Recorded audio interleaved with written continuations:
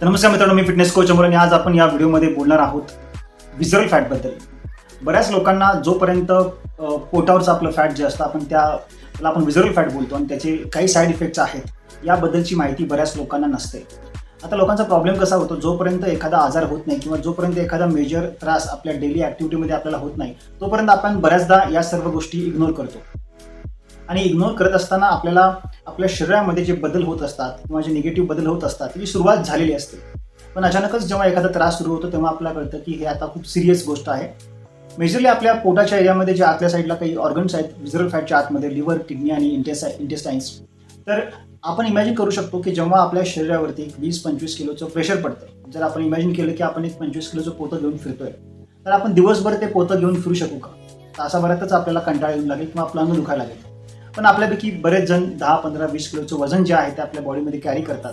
साधारणपणे आपल्याला जेव्हा एक्स्ट्रा वेट आपल्या बॉडीमध्ये येतं तेव्हा पहिले काही दिवस, काही महिने किंवा 1-2 वर्ष काही त्रास होत नाही.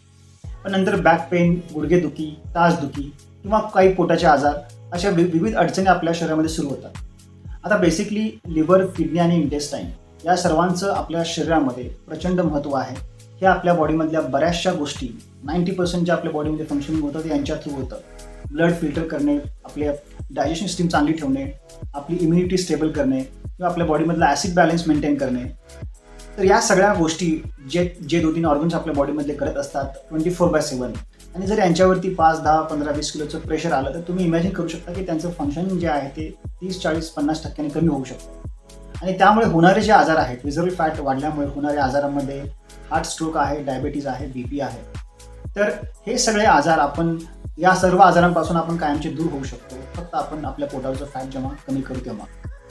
पण बरेच लोक कुठलाही आता त्रास होत नसल्यामुळे या व्हिज्युअल फॅटला इग्नोर करतात आणि भविष्यामध्ये मग heart stroke, cancer, blood pressure किंवा डायबिटीस अशा आजारांना आपण बळी पडतो. आता यातून बाहेर कसं पडायचं? आपलं व्हिज्युअल फॅट वाढलं असेल तर आपण ते कसं कमी करायचं? त्याला काही गोष्टी आहेत. सर्वात मोठी गोष्ट ज्यामध्ये आपलं लाईफस्टाईल चेंज.